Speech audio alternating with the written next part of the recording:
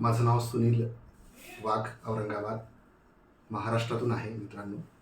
आणि या ठिकाणी उपस्थित सर्वच मित्रांचे खूप खूप स्वागत. मला असं वाटतं की आजच्या या मीटिंगसाठी उपस्थित सर्वच मित्रांनी अतिशय प्रयत्न करून मेटाफोर्सच्या या प्रोजेक्टला महाराष्ट्रातील मराठमोळ्या सर्वसाधारण भाषेमध्ये प्लॅन प्रेझेंटेशन समजून घेण्याकरता आपण या ठिकाणी एकत्र आलोत. मित्रांनो, मेटाफोर्स हा क्रिप्टोकरन्सी वरचा प्रोजेक्ट आणि याला समजून घेण्याकरता आपण या ठिकाणी आलो. तर आपण काय काय समजणार आहोत आज या गोष्टीवरती थोडंसं जरा फोकस करू आणि आपण काही टप्प्यातून या ठिकाणी जाणार आहोत. म्हणजे उशीर न करता आपण काय समजून घेणार आहोत हे आपण पहिल्यांदा बघू. आपण समजून घेणार आहोत मित्रांनो क्रिप्टोकरन्सी हा एक टप्पा आपण समजून घेणार आहोत. क्रिप्टोकरन्सी हा एक टप्पा आपण समजून घेणार. याच बरोबर आपण समजून घेणार आहोत क्रिप्टोकरन्सी बरोबर नंबर 2चा टॉपिक असेल आपला ब्लॉकचेन. नंबर 2चा टॉपिक आहे आपला ब्लॉकचेन नावाचा एक टॉपिक आपण या ठिकाणी समजून घेणार आहोत. नंबर 3 आपण एक टॉपिक समजून घेणार आहोत डिसेंट्रल म्हणजे काय. आजपर्यंत आम्ही सेंट्रल सगळं काही बघितलं, कंपनी, ऍडमिन, ओनर असणारे ठिकाणं बघितले, पण आता आपण आज समजून घेणार आहोत डिसेंट्रल म्हणजे काय. आणि नंबर 4ला आपण समजून घेणार आहोत मेटाफोर्स प्रोजेक्ट हा नेमकं वर्क कसं करतो. म्हणजे मेटाफोर्स या प्रोजेक्टच्या माध्यमातून आम्ही इन्कम कशा पद्धतीनं जनरेट करू शकतो. मित्रांनो, क्रिप्टोकरन्सी समजून घेत असताना आपल्याला पहिल्यांदा आपल्या देशाची करन्सी समजून घेत असतो आपण. जसं की 10 रुपये ही आपल्या देशाची करन्सी आहे, डॉलर ही अमेरिकेची करन्सी आहे. करन्सी आणि चलन, आणि मला असं वाटतं की चलन म्हणजे व्यवहार आणि व्यापार करण्यासाठी अतिशय महत्वाची एक अशी गोष्ट आहे मित्रांनो. तर क्रिप्टोकरन्सी मग हे कोणतं चलन आहे, तर याच्यासाठी थोडंसं आपण बॅकला जाऊ आणि थोडं क्रिप्टोची एक हिस्ट्री बघू. जसं की आपल्याला क्रिप्टो समजून घेत असताना 3 विषय समजून घ्यावे लागतात. एक त्याचा इतिहास समजून घ्यावा लागतो, क्रिप्टोकरन्सीचा इतिहास समजून घ्यावा लागतो. नंबर 2 याच्यामध्ये काय काय फीचर आहेत हे आपल्याला इथे समजून घ्यावे लागतात.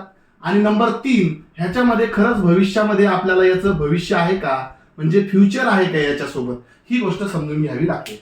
तर आता आपण बघू पहिल्यांदा की क्रिप्टो म्हणजे कोड, न दिसणारी आभासी चलन, एक अशी व्यवस्था जी मोबाईलच्या माध्यमातून एक दुसऱ्याला संपूर्ण जगात आपण पाठवू शकतो, जिची सेम किंमत असते. जसं भारतामध्ये 100 रुपयाची किंमत 100 आहे, पण अमेरिकेला फक्त 1.5 रुपया, सव्वा रुपया त्याची किंमत होते. म्हणजे त्यांचा डॉलर 80 रुपयाला 90 रुपयाला येतो. अशी वेगवेगळ्या देशाची वेगवेगळी करन्सी कमी जास्त किमतीची असल्यामुळे जगाला एकाच अशा करन्सीची गरज होती की जिचं व्हॅल्यू संपूर्ण ठिकाणी सेम असेल आणि सेम व्हॅल्यूची सेम किमतीनं कमी जास्त होणारी एकच करन्सी म्हणजे ग्लोबल क्रिप्टो करन्सी.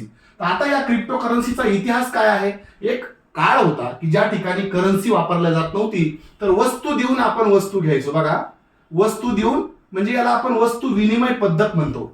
ह्याच्यामध्ये बदल झाला आणि हळूहळू काय झालं, ह्याच्या पुढचा टप्पा होता आपण गोल्ड स्वीकारलं. म्हणजे सोनं चांदी देऊन आपण काय केलं, व्यवहार, व्यापार, वस्तू लोकांपर्यंत घेण्या देण्याचा एक माध्यम म्हणून हे आपल्याला आपण करन्सी म्हणून एकेकाळी वापरली. त्यानंतर काय झालं, राजा महाराजांच्या मुद्रा आल्या. मित्रांनो, जो राजा जन्माला यायचा तो स्वतःच्या मुद्रा निर्माण करायचा आणि मग जिथपर्यंत राजा जिवंत आहे तिथपर्यंतच्या मुद्रा चालायच्या आणि तिथून पुढे दुसरा राजा जेव्हा जन्माला यायचा, तुम्ही मेहनत करून कमावलेल्या ह्या मुद्रा खोट्या होऊन जायच्या. ह्याच्यामध्ये सुद्धा एक बदल आवश्यक होता आणि याच्या पुढचा एक बदल झाला मित्रांनो, आणि तो सगळ्यात महत्वाचा बदल ठरतोय. आपल्याला माहिती आहे की आपण नोट नावाच्या करन्सीला स्वीकार केला. नोट म्हणजे कागदाची करन्सी. धारक को मैं 5 रुपये देने का वचन अदा करता हूं असा त्याच्यावरती शिक्का आला आणि लोकांनी कागदावर विश्वास ठेवला आणि याच कागदावर विश्वास करून लोकांनी ही कागदाच्या माध्यमातून करन्सी चलनात आणली. यानंतर बँक आली, बँकेत गर्दी झाली म्हणून करन्सीचं रूपांतर पुन्हा एकदा बदललं आणि एटीएम नावाचा एक प्रकार आला, प्लास्टिक करन्सी ज्याला आपण म्हणतो. आता या एटीएम पर्यंत सरकारला जर 100 रुपये तुमच्या पर्यंत पोहोचवायचे असेल तर 200 खर्च व्हायला लागला. कारण एटीएम मशीनच्या रूमचं भाडं, त्या ठिकाणी ते संदूकवाला माणूस नोटा आणणारा, टाकणारा, काढणारा, घालणारा, बिघाड सुद्धा झाली. एसी लावलेली त्या मशीनला, ती एसी 24 घंटे चालणार म्हणून इलेक्ट्रिसिटी, त्याच्यावरती एक कॅमेरा, आणि हा सगळा जर खर्चाचा प्रकार पाहिला तर या करन्सीवरती त्याचा लोड येत होता आणि एटीएमच्या 100 रुपये तुमच्यापर्यंत पोहोचवत असताना सरकारला 200 रुपये खर्च होत होता. म्हणून एक बदल आवश्यक होता आणि पुन्हा एकदा एक बदल झाला आणि तो बदल आहे मित्रांनो इलेक्ट्रॉनिक मनीचा. आता हा इलेक्ट्रॉनिक मनी जो आहे, हा इलेक्ट्रॉनिक मनी काय आहे तर फोन पे, गुगल पे, आपली जी आपण युपीआयच्या माध्यमातून जी लेनदेन करतो, लोकांसोबत जो आपण व्यापार करतो, इथपर्यंत आपण पोहोचलो डिजिटल करन्सी पर्यंत. पण मित्रांनो, एक गोष्ट आवर्जून तुम्ही लक्षात घ्या, याच्यामध्ये सगळ्यात महत्वाचा विषय काय आहे की समजा भारताच्या व्यक्तीला अमेरिकेच्या माणसाची एक वस्तू खरेदी करायची आहे, मग तो जर फोन पे मधून 100 रुपये टाकेल तर अमेरिकेला पोहोचणार नाही. हा एक पहिला प्रॉब्लेम. दुसरा, फोन पे गुगल पे ही काही कोणा सरकारची व्यवस्था नाहीये, तर ही एक कंपनी आहे आणि कंपनी म्हटलं की त्या ठिकाणी ऍडमिन आलाच, काम करणारे वर्कर लोक आले. आणि म्हणून या ठिकाणी भारतातला माणूस जो व्यवहार आणि व्यापार करतो, तो करत असताना, ट्रान्झॅक्शन करत असताना कंपनीत त्या ऍडमिन पॅनल कडून या तुमच्या अकाउंटवरती ऑनलाईन लक्ष ठेवण्याचं काम होत आहे. आणि मित्रांनो, तुमच्या माहितीसाठी सांगतो की इथूनच सुरुवात झाली सेंट्रल करन्सीला हॅकिंग सिस्टम मध्ये. आता इथपर्यंत जो बदल झालेला आहे ह्याच्यात भेसळ संभव आहे. जसं आपण एखाद्या मॅनेजरकडे पैसे घेऊन जातो, कॅशियरकडे पैसे घेऊन जातो बँकेच्या, आणि तिथं पाहिलं जातं की नोटात गांधी दिसतो का, कारण ही फिजिकल करन्सी असल्यामुळे दिसणारी, हाताला लागणारी आणि व्यवहारासाठी आपण खिशात घेऊन फिरणारी करन्सी असल्यामुळे याच्यामध्ये नोट डुप्लिकेट येणं किंवा मग ऑनलाईन काही सेंट्रल सिस्टम मधून हॅकिंग होणं हे संभव आहे.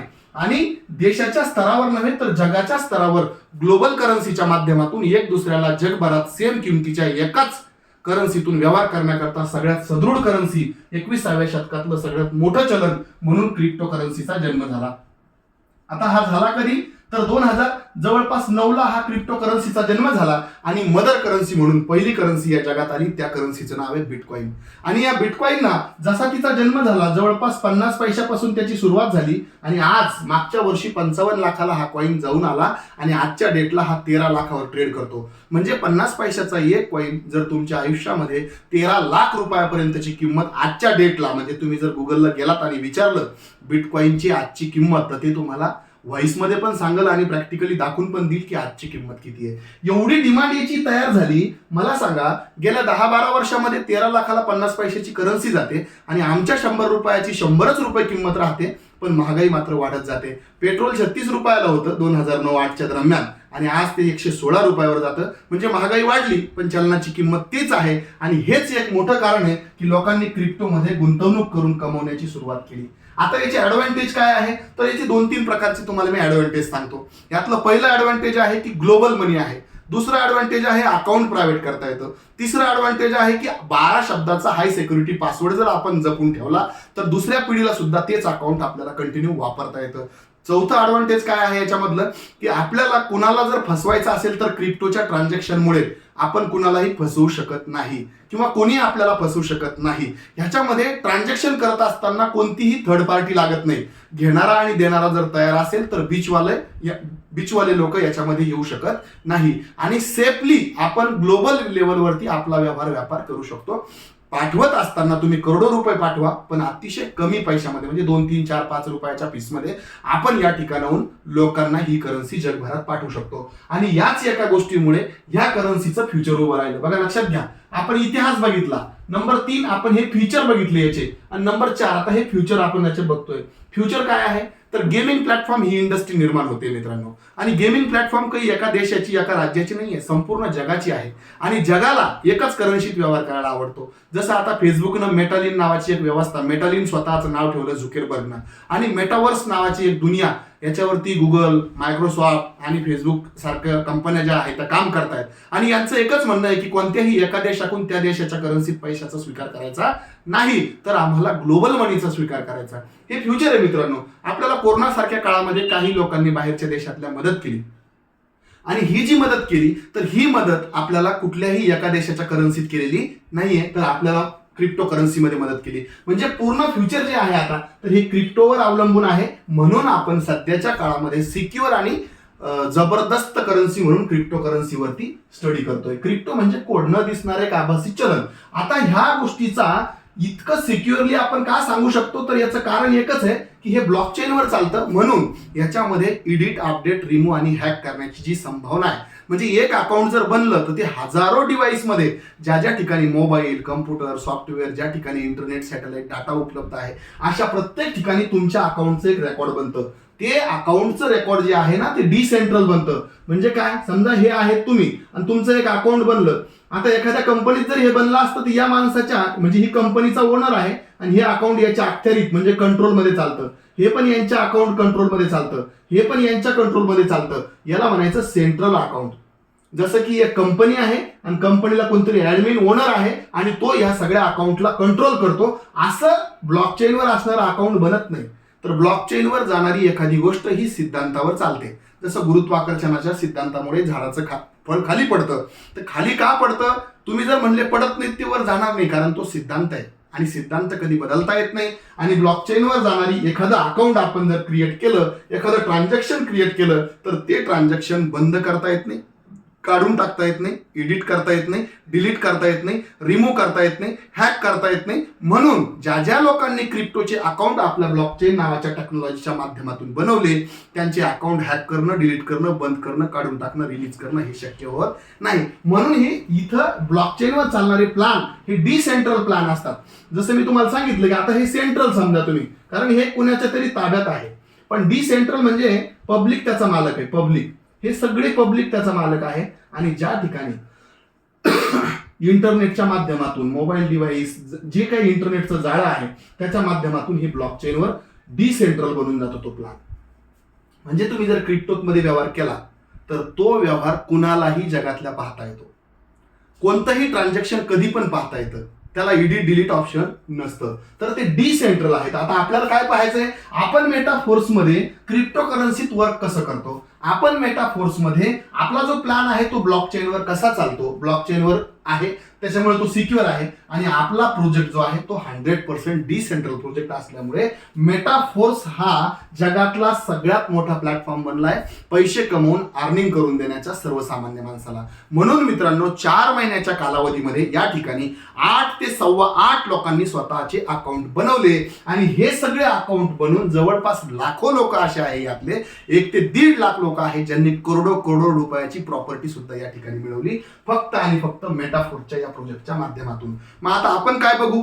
आपण पहिल्यांदा हे बघू की मेटाफोर्स मध्ये आपण काय करतो. मित्रांनो ह्याला मी थोडंसं इरीज करतो आणि मेटाफोर्स प्रोजेक्ट आता आपल्याला काय आणि कसं देणार हे आपण बघू. आता आपल्याला हे लक्षात आलं की आपला प्रोजेक्ट हा क्रिप्टो करन्सीवर काम करतो. आपल्याला हेही लक्षात आलं की आपला प्रोजेक्टचा प्लॅन जो आहे तो ब्लॉकचेनवर आहे. आणि आपल्याला हेही लक्षात आलं की आपण आपला प्रोजेक्ट हा डिसेंट्रल असल्यामुळे जगातली कोणतीही ताकद आता याला बंद करू शकत नाही, एडिट करू शकत नाही, डिलीट करू शकत नाही, रिमूव्ह करू शकत नाही आणि हॅक करू शकत नाही. कारण हा व्यक्ती केंद्रित नाही, तो विकेंद्रित व्यवस्थेवर चालणारा प्रोजेक्ट आहे.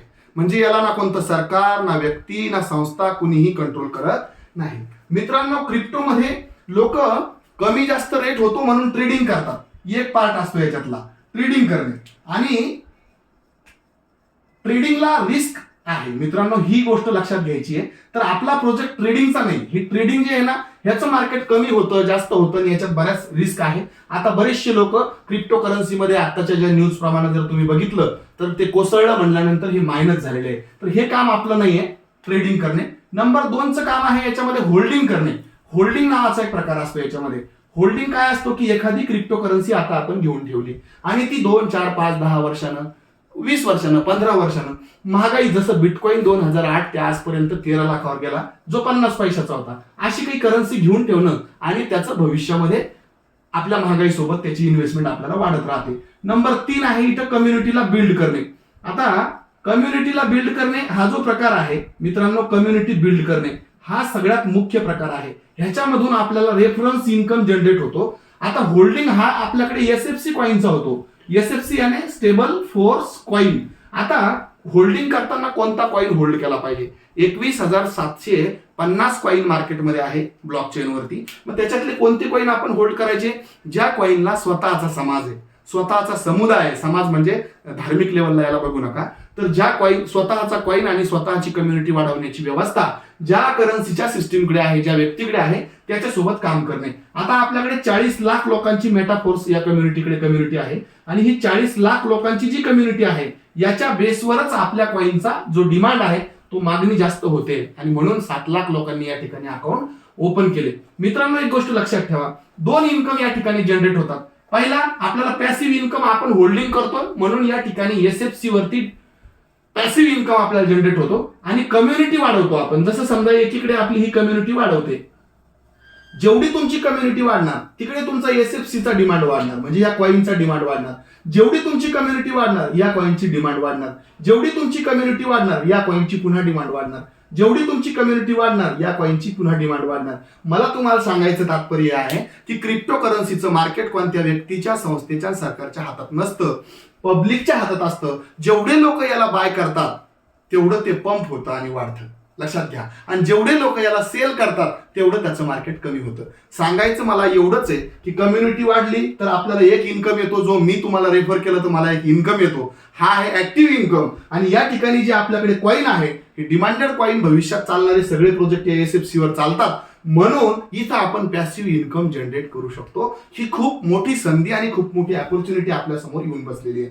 मग आता आपण बघू की आपण हे तर आपल्याला मिळणारच आहे, हे आपलं गॉड गिफ्ट आहे समजा आपल्याला, ते आपल्याला फ्री मिळेल. पण इथं आपल्याला जे काम करून इन्कम मिळतं का त्याचा आपण आता प्लॅन बघतोय.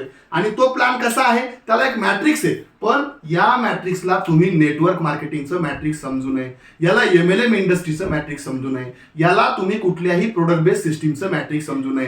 कारण मित्रांनो या ठिकाणी जे वर्क चालू आहे ना, हे वर्क स्मार्ट कॉन्ट्रॅक्ट बेस्ड चालू आहे, कम्प्युटर वर्क चालू आहे. आता ब्लॉकचेन नावाच्या व्यवस्थेला थोडंसं ह्या मॅट्रिक्सला ब्लॉकचेनवर टाकल्यामुळे हे डिसेंट्रल कसं झालं आणि हे सिक्युअर कसं आहे हे बघून आपण ह्या मॅट्रिक्स विषयी थोडीशी माहिती घेऊ, कारण ही माहिती अत्यंत आपल्यासाठी गरजेची आहे. आता काय, आता याचं प्रेझेंटेशन आपण ब्लॉक वाईज, म्हणजे इथं काय करावं लागतं आपल्याला, तर 2-3 गोष्टी करावं लागतात इथे. एक तर पहिली गोष्ट, आपल्याकडे ट्रस्ट वॉलेट पाहिजे. एक वॉलेट आहे डिसेंट्रल, तुम्ही जर याच्यावर टाकलं, प्ले स्टोअरला जर टाकलं, हे वॉलेटचं नाव येईल तुम्हाला. 10 लाख लोकांनी याला कॉमेंट केलेले आहे, परंतु एकही कॉमेंट निगेटिव्ह नाही, हे आपल्याला लागेल. नंबर 2, आपल्याकडे एक स्मार्टफोन लागेल, लक्षात घ्या, आपल्याकडे एक स्मार्टफोन लागेल.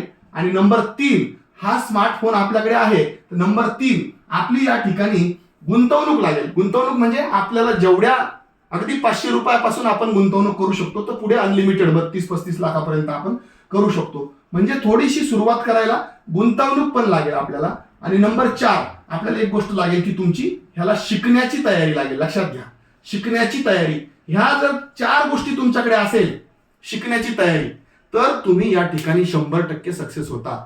ह्या 4 गोष्टी सुरुवातीला तुमच्याकडे लागतील. आता पहिले ट्रस्ट वॉलेट फ्रीमध्ये आहे, स्मार्टफोन तुमच्याकडे ऑलरेडी असतो, छोटीशी गुंतवणूक जी मोबाईलच्या रिचार्जच्या बरोबर आहे, 500 पासून पण सुरुवात करू शकता, जेवढी गुंतवणूक तेवढं रिटर्न. आणि शिकण्याची तयारी म्हणजे काय, अशा प्रकारच्या ऑनलाईन मीटिंग या ठिकाणी चालतात, कधी सकाळी 8ला, कधी दुपारी 2ला, नंतर संध्याकाळी 3ला. तर आपण फक्त आपला मोबाईल आणि ज्यांना आपल्याला हा प्रोजेक्ट शेअर करायचा आहे अशा 4 लोकांचे कॉन्टॅक्ट ज्यांना शेअर करू शकतो आपण लिंक, आणि ऑनलाईन याच पद्धतीने आपण आपला बिझनेस डेव्हलप करू शकतो. आता आपण वॉलेट डाउनलोड केलं, आता याच्यात काय करायचं, तर याच्यात आपल्याला लेवल बाय करायच्या. लेवल कशा आहे आपण एकदा बघू.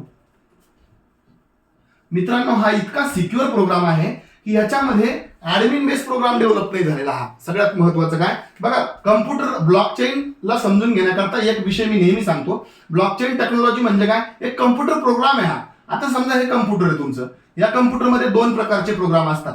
याच्यात एक प्रोग्राम असतो ऍडमिन बेस, म्हणजे एखादा व्यक्ती त्याच्यामध्ये एडिट डिलीट करू शकतो, आणि दुसरा असतो ब्लॉकचेन बेस्ड प्रोग्राम, म्हणजे हा एक प्रोग्राम आहे, एक लेखाजोखा डेटा ठेवण्याची, साठवण्याची एक डायरी आहे, लेजर आहे. आणि याच्यावर जो व्यक्ती एकदा एखादा प्लॅन, एखादी योजना किंवा एखाद्या सिस्टीमला लोड करतो, तर याला कधीच काढून टाकता येत नाही, किंवा ज्याला बनवलं त्याला पण याच्यामध्ये काही घोळ घालता येत नाही. तर आपण इथे काम करतो ना, त्याच्यामुळे खूप सिक्युअर आहे. आता आपण बघू प्लॅन काय आहे.